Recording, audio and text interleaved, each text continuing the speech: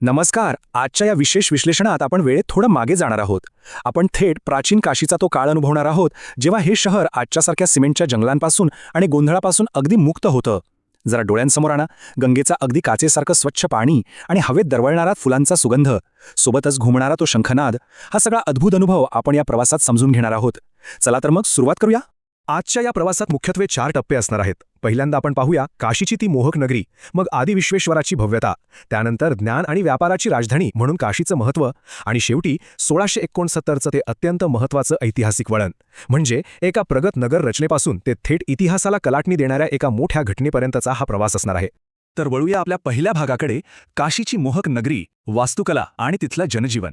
ही प्राचीन संस्कृती केवळ अध्यात्मापुरती मर्यादित नव्हती, तर ती अत्यंत शिस्तबद्ध आणि कमाल सुनियोजित सुद्धा होती. इथली नगररचना खरंच थक्क करणारी होती. आजच्या आधुनिक विज्ञानालाही आश्चर्य वाटेल अशी इथली भूमिगत सांडपाणी व्यवस्था आणि अगदी स्वच्छ चकाचक रस्ते होते. इथली घरं म्हणजे नागर शैलीचा एक उत्तम नमुना होती. सर्वात भारी गोष्ट म्हणजे त्या काळातही संपूर्ण शहरात कचऱ्याचा लवलेशही नसायचा. सगळं कसं अगदी नीटनेटकं. आता तिथलं दैनंदिन जीवन कसं होतं ते पाहूया. अतिशय शिस्तबद्ध आणि तेवढीच आध्यात्मिक जीवनशैली. इथली सकाळ म्हणजे नदीच्या पाण्यात उभं राहून सूर्याला अर्घ्य देणारे हजारो हात. शंख आणि मोठ्या घंटांच्या निनादाने संपूर्ण शहर जागं व्हायचं. प्रत्येक घराच्या अंगणात आवर्जून एक तुळशीचं रोप आणि छोटंसं मंदिर असायचंच. आणि सर्वात महत्त्वाचं म्हणजे अतिथी देवो भव. प्रवाशांसाठी या घरांची दारं नेहमी उघडी असायची. आता वळूया आपल्या दुसऱ्या भागाकडे, आदि विश्वेश्वराची भव्यता, एक वास्तुशिल्प चमत्कार. आता आपण या प्राचीन शहराच्या अगदी केंद्रबिंदूपर्यंत पोहोचलो आहोत, जिथे एका विशाल पर्वतासारखं प्राचीन आदि विश्वेश्वराचं भव्य मंदिर उभं होतं. या मंदिराची वास्तुकला आणि बांधकाम कौशल्य पाहिलं तर खरंच थक्क व्हायला होतं. सिमेंटचा एक कणही न वापरता केवळ इंटरलॉकिंग तंत्राने हे महाकाय दगड एकमेकांना अगदी अचूक जोडले होते. शिखरावरचा तो सुवर्ण कलश इतका तेजस्वी होता की तो कित्येक मैलांवरून दिसायचा, जणू जमिनीवर दुसरा सूर्यच उगवलाय. दगडांवरचं नक्षीकाम इतकं सजीव होतं की ते दगड जणू काही बोलत आहेत असंच वाटायचं. सोबतच राजे आणि व्यापाऱ्यांनी बांधलेले ते 8 विशाल मंडप या भव्यतेला आणखीनच पूर्णत्व देत होते. आता फक्त कल्पना करा, एका अतिभव्य प्रवेशद्वारातून आपण आत जातोय आणि गर्भगृहाकडे जाणारा तो रस्ता अंधारमय नसून हजारो रत्नजडित दिव्यांच्या प्रकाशाने लखलखून निघालाय. आणि त्या गर्भगृहाच्या आत होतं स्फटिकासारखं चमकणारं स्वयंभू ज्योतिर्लिंग, ज्याच्या नुसत्या अस्तित्वाने संपूर्ण परिसरात एक प्रचंड ऊर्जा आणि एक आध्यात्मिक चैतन्य जाणवायचं. हे निरीक्षण खूपच रंजक आहे. पूर्वी एका भव्य छताखाली बसलेला तो विशाल नंदी आणि आजचा तोच मौन धारण केलेला नंदी. शतानुशतके ही मूर्ती अगदी त्याच दिशेने पाहत आहे जिथे कधीकाळी ते भव्य गर्भगृह होतं.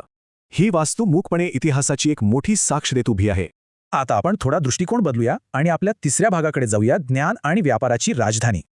कारण प्राचीन काशी हे केवळ एक धार्मिक केंद्र नव्हतं, तर ती एक प्रचंड मोठी बौद्धिक आणि आर्थिक महासत्ता सुद्धा होती. सर्व विद्येची राजधानी हे 3 शब्द या शहराचं खरं महत्त्व अगदी अचूकपणे मांडतात. इथे आजच्यासारखी शाळा कॉलेजेस नव्हती, तर गुरुकुल परंपरा होती. वडाच्या झाडांखाली भरणारे वर्ग आणि तिथे होणारे शास्त्रार्थ म्हणजेच ते बौद्धिक वादविवाद. हे वादविवाद त्या काळातलं सर्वात मोठं मनोरंजन आणि ज्ञानाची सर्वोच्च कसोटी मानले जायचे. इथली समृद्धी खऱ्या अर्थाने दुहेरी होती.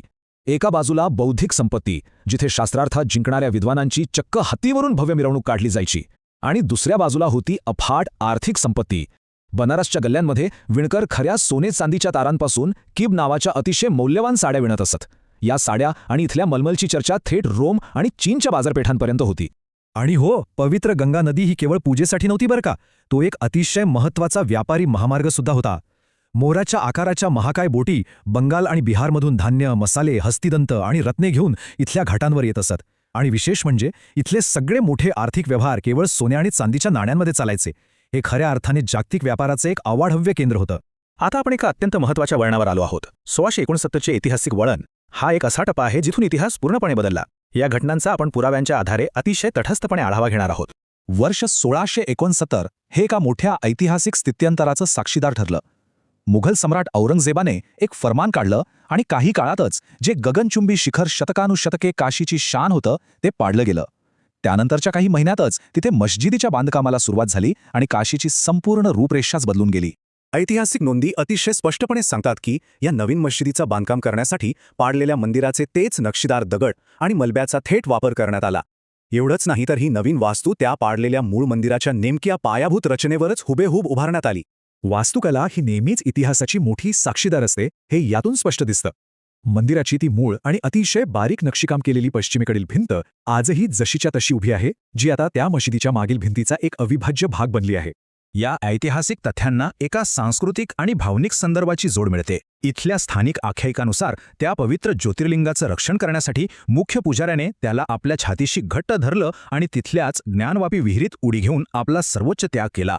या संपूर्ण विश्लेषणाच्या शेवटी एक अतिशय महत्त्वाचा आणि विचार करायला लावणारा प्रश्न आपल्यासमोर उभा राहतो. दगड तुटू शकतात, इमारतींची रूपं बदलू शकतात, पण एका संस्कृतीचं हृदय आणि तिचं सखोल ज्ञान या भौतिक वास्तूंच्या पलीकडे जाऊन कसं टिकून राहतं? या प्राचीन संस्कृतीचा तो शाश्वत आत्मा आपण कसा जतन करू शकतो यावर नक्की विचार करा.